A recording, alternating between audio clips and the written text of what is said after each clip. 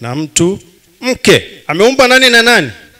Mtu, mume. Sasa unakuta mambo yanabadilika, huwa tunashangaa inakuja vipi.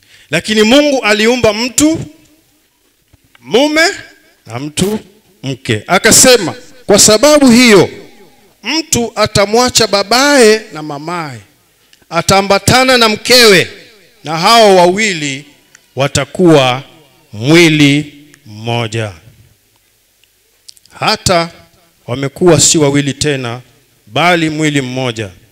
Basi aliounganisha Mungu, mwanadamu asitenganishe. Haleluya. Sasa hawakutoshea tu, wakauliza swali lingine. Wakamwambia, jinsi gani basi Musa aliamuru kumpa hati ya talaka ya kumwacha? Yesu amesema mwanzo hakuwa imeruhusiwa watu kuachwa. Sasa wanasema mbona Musa ameruhusu? Unaweza kuwa na hayo maswali. Mbona Musa aliruhusu?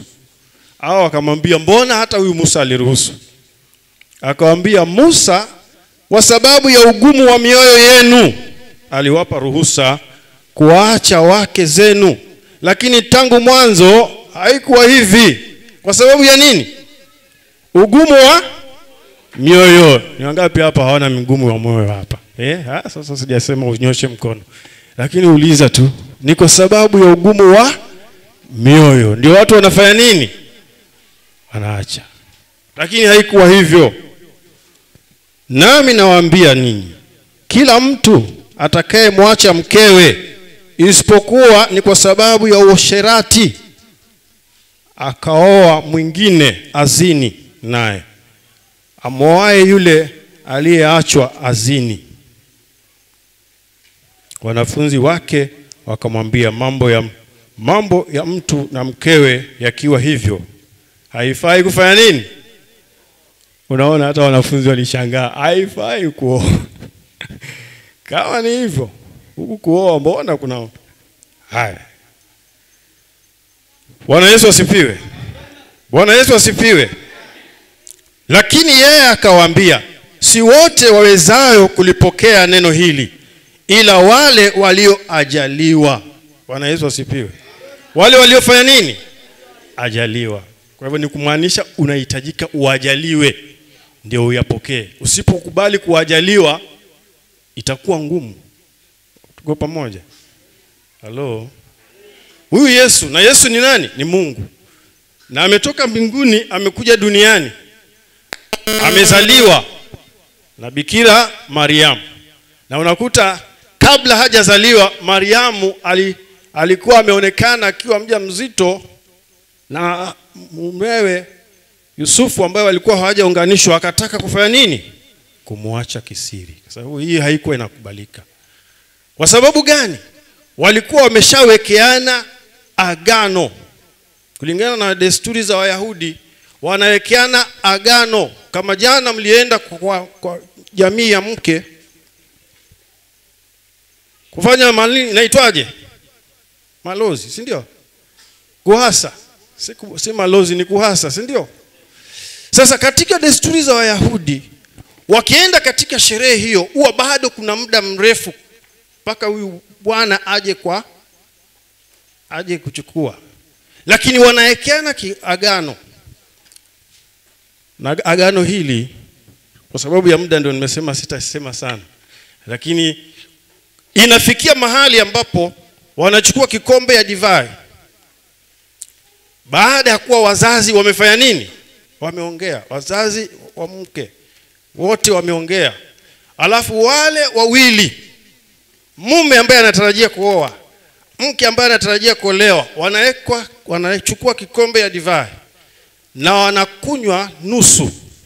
Na yule mwingine anafanya nini? Anakunywa akimaliza.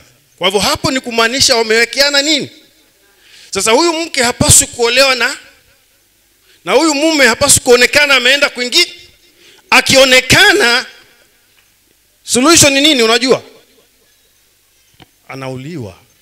Awe ni mke, awe ni mume. Ndio maana Yusufu alitaka kumuondokea kisiri, kwa sababu alijua amefanya jambo la aibu. Na ikijulikana atafanya nini? atauawa. Kwa sababu walikuwa wameshawekeana hiyo agano. Sisi hatuwekeani maagano hayo, tunafanya mambo mengine, lakini Bwana anaenda nyumbani mpaka atakapoambiwa na babake. Kule ni babake ndo anamwambia sasa leo asubuhi ondoka. Ndio sasa tunangojea Yesu, si ndio? Yesu paka ambiwe na baba, nenda uchukue wanadamu ndio aje. Alikuja akafanya agano pale, akakula na akakunywa na wanafunzi. Unajua hii ni mifano. Na akasema sitakunywa tena mpaka lini? Mpaka karamu ya baba yangu. Kwa hivyo pale ni agano lile ambalo Yesu alikuwa anaweka na wanadamu. Tuko pamoja? Unajua harusi ni mfano wa Kristo na kanisa. Sasa wewe kama hujaingia hujaelewa. Kwa hivyo nawapatia tu msingi. Tuko pamoja? Kwa hivyo Yesu tunamngojea aje kama bwana harusi. Na sisi sote ambao tutakuwa ni kanisa, umeosha mavazi yako, umejitakasa, ndio utakuwa safi, yeye atuchukue tuishi naye milele. Tuko pamoja? Kwa hivyo sahihi ni kama tu tunasema ni testing, ni majaribio tunapoishi sahihi. Tuko pamoja? Wao tukiongea hivi nasema ndoa msingi. Nimesema naweza kuongea misingi 7 kwa sababu iko mingi. Lakini jambo la kwanza, ndoa ni agano. Bwana Yesu asifiwe. Agano baina ya mume na mke. Mbele za nani? Za Mungu. Unajua watu wanasahau kwamba unasimama mbele za nani? Aliyesema sio vyema huyu mume awe peke yake ni nani? Kwa hivyo kama angeona hakuna haja unaweza kukaa peke yako, hangese wewe unataka ukaa peke yako. Na hata huyo Mungu mwenyewe aliona si? Huyo Mungu mwenyewe alipoumba alisema huyu ni mlume ni mtu, lakini yuache. Sasa kama Mungu aliona sio vyema. Sasa ndoa jambo msingi ya kwanza ni agano la mume na mke. Mbele za Mungu mnaweka agano la kwamba mtaishi pamoja milele. Yaani hakuna chochote ambacho kinapaswa kuwatenganisha baada ya hapo. Ni agano. Ni wangapi hapa wako na wameweka agano na Mungu? Unajua wengine wamevunja magano. Kwa sababu ulisema mbele za Mungu, ukitoka hapa unasahau kama ulisimama mbele za Mungu. Bwana Yesu asifiwe. Mungu ni shahidi. Ndio maana akasema kwa Adamu sio vyema uwe peke yako. Na Yesu analijibu hilo swali alipoulizwa na Mafarisayo. Mafarisayo ni watu walikuwa wamesoma, wenye dini, lakini bado walikuwa na maswali. Na hata hapa kila mmoja hapa unaweza kuwa unaenda kanisani, lakini kila siku unatafuta sababu. Ningepata sababu huyu mke wangu ningemuondoa. Juzi nilikuwa naambia mchungaji mwingine alisema sababu nimeipata. Ndio maana hapa tunasoma. Akaacha mkewe, amechukua mke mwingine. Wewe hii dunia tunaishi sasa, kila mtu anajitafutia sababu za kuacha mke. Kama si huyo mume ni mke, anatafuta sababu. Naamini hamko hapa. Lakini Mungu ametuambia hakuwa na sababu toka mwanzo. Ni kwa sababu ya ugumu wa mioyo yetu. Mioyo wako ukiwa mgumu utaacha. Lakini unatakikana ujue kwamba Mungu yuko, na kama kuna jambo haliendi sawa, kila siku napaswa umtangulize nani? Nasikia sana. Kila siku wewe sasa ndio kichwa cha nyumba. Na wewe ndio mchungaji wa hiyo nyumba. Kwa hivyo wewe unatakikana uanze na Mungu mwenzako pia. Bwana Yesu asifiwe.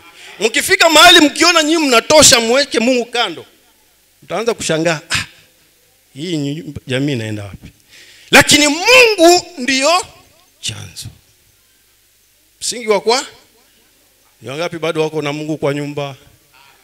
Wale mmepita. Wangapi hamjapita na mko na Mungu? Wewe una malauhale na yeye Mulungu kumwenzi. Ndahalaze. Bwana Yesu asifiwe. Agano ni wewe na useme mimi sasa na kutoa wewe, lakini mbele za Mungu. Bwana Yesu asifiwe. Hata liali pale mnaweza kwenda ukaona Mungu haoni, Mungu anaona kila kitu. Bwana Yesu asifiwe. Kwa hiyo jambo la kwanza ni agano. Mbele na Bwana Yesu asifiwe. Kwa hivyo Mungu anakusudia uhusiano wetu sisi kama wanadamu uwe wa milele. Ndio hapa anasema hakuna kinachopaswa kutenganisha. Lakini akasema kwa sababu ugumu wa mioyo, na pia kuna ile sababu ameisema hapa ambayo ni pia inasababishwa na ugumu wa moyo. Watu wanaanza kutoka nje kwenda kwa usherati. Unatoka mwenyewe. Ama mke ndio unasababisha ama mume, si ndio? Kwa nini huwa zinatokea? Ni ugumu wa leo sasa mchungaji anasema nini? Halo? Unajua kanisa hata leo hatujafanya utafiti hapa. Tukifanya utafiti hapa, tufanye utafiti. Haya, unaona sasa leo unasema huyu mchungaji amekuja anasema nini? Bwana Yesu asifiwe. Ni vyema wewe ambaye umekubali kusimama mbele za Mungu, ujue Mungu anakuona. Bwana Yesu asifiwe. Wapo ukijua na Mungu kila siku mkumbushe Mungu. Yaani Mungu atawabariki vya ajabu. Bwana Yesu asifiwe. Wakati mnamtanguliza yeye, kila mkiamka mnamtanguliza. Bwana Yesu asifiwe. Halo. Jambo la pili ambalo ni muhimu sana katika msingi ya ndoa, ambayo mara nyingi wengine tunakosa kuiona, lakini ni muhimu sana kuweza kuitazama. Bwana Yesu asifiwe. Inaitwa communication. Ya kwanza ni covenant. Ya pili ni communication. Yule Adamu alipoletewa Hawa alisemaje? Huyu ni nyama yao, mfupa. Kwa hivyo ni kumaanisha walianza kuwasiliana. Utapata mke na hata huwezi kutongoza mtu. Halo. Lazima kuwe na mawasiliano. Wanaitwa sifiwe. Lakini haya mawasiliano si mawasiliano tu, kwa sababu kipengele cha mawasiliano ndio kinaweza kujenga nyumba ama kikavu. Wanaitwa sifiwe. Tuko pamoja. Unaweza kuwasiliana na watu wengi hapa duniani. Halo. Ndio unaambiwa ukitaka kuwasiliana vizuri, maintain eye contact. Unasikia Sami? Hii ni yako. Ya kwanza tumeongea ni altar life. Usiache Mungu. Ya pili, mawasiliano yasiche. Nyumba ikianza kukosa mawasiliano, hiyo inakufa. Inaanza kufa tu polepole. Sijui ni wangapi wako kwa nyumba alafu wanawasiliana. Unaweza kuona mume anaenda anapanda gari anawasiliana na mwingine ambaye hata si wake kabisa. Lakini akishikana na wake, mawasiliano yalifanya nini? Yalikatika. Halo. Ndoa inajengwa na mawasiliano. Bwana Yesu asifiwe. Na haya mawasiliano lazima yachochewe pande zote. Halo. Haya maneno huwa saa nyingine si rahisi kuyaongea.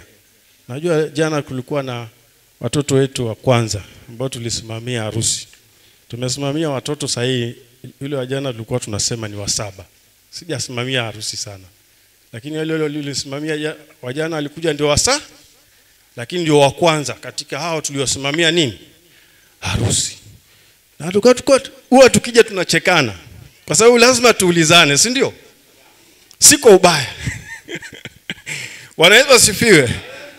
Kwa hivyo mawasiliano utakuta saa nyingine mume anasema mimi ndio mimi. Anaona huyu hata. Sasa hiyo inaweza kuvunja nyumba. Bwana Yesu asifiwe. I love you. Unaweza kumwambia kila siku ikiwezekana. Bwana Yesu asifiwe. Nakupe ni mbaya. Sasa mume aje asikie wewe mke umemwambia mwingine mume kule I love you. Unafikiri atasikiaje? Ama huyu mke aje asikie mume wewe sasa umeongea kwa wengine. Inakuwa sasa inaumiza, si ndio? Mawasiliano kwa nyumba ni msingi wa pili. Ya tatu, acha kwa sababu ya muda tungeongea zaidi kuhusu, kwa sababu mawasiliano yake upande zote kwingi sana. Bwana Yesu asifiwe. Maisha ya mwanadamu kama utakuta ni mawasiliano. Hata wewe sasa uingie ya tatu ya companionship. Companionship sasa wewe sasa utaacha marafiki Haimaanishi utawaacha kabisa, lakini kuna mahali ambapo lazima mwili wako sasa uache wengine, kwa sababu companionship ni a friend ambaye ni rafiki. Hakuna rafiki mwingine utamfuata, ni yeye peke yake. Companionship, una marafiki ambao unaweza kuwashirikisha, lakini kama utaendelea kuwa na marafiki wengi mpaka umwache huyu, sasa hiyo ya tatu companionship utakuwa sasa hujajenga. Tuko pamoja? Ni wangapi wako na marafiki? Niko nao. Wewe uko nao? Wengine hata wako kwa FB, Facebook, si ndio? Wengine wanakuwa na hao marafiki hata wanasahau nani. Tena wanakaa pamoja, wamelala pamoja, lakini huyu yuko kwa huku, huyu yuko. Unajua sasa hii watu wanakuwa na marafiki. Lakini rafiki yule ambao unapaswa sasa kutoka hapa. Mapenzi. Uko na jina zuri. Sisi wa Pwani tuko na majina mazuri. Mimi naitwa Baraka, si ndio? Naitwa nani? La katikati ni Charo, si ndio? Kwa hivyo ni wewe unaweza kwenda mbali sana, si ndio? Sasa hata ukiona vile anavyokaa, ni wewe sasa uchochee urafiki. Unaweza kumuita mapenzi. Usiogope, wanaitwa sifiwe. Na urafiki wenu ndio utafanya hawezi toka nje. Kama umemfanya rafiki katika yote, utapatiwa chakula ambacho unatarajia mara kwa mara. Bwana yetu asifiwe. Sijui kama mnanielewa. Wengine kule labda hawaelewi. Lakini kuna vyakula vingine unaweza kukosa kupewa kwa sababu yule wa karibu hujamfanya rafiki. Tuko pamoja? Hapo companionship ni urafiki. Unaweza kuona marafiki wengi duniani, lakini kuna mmoja ambaye Mungu amewekea mtu.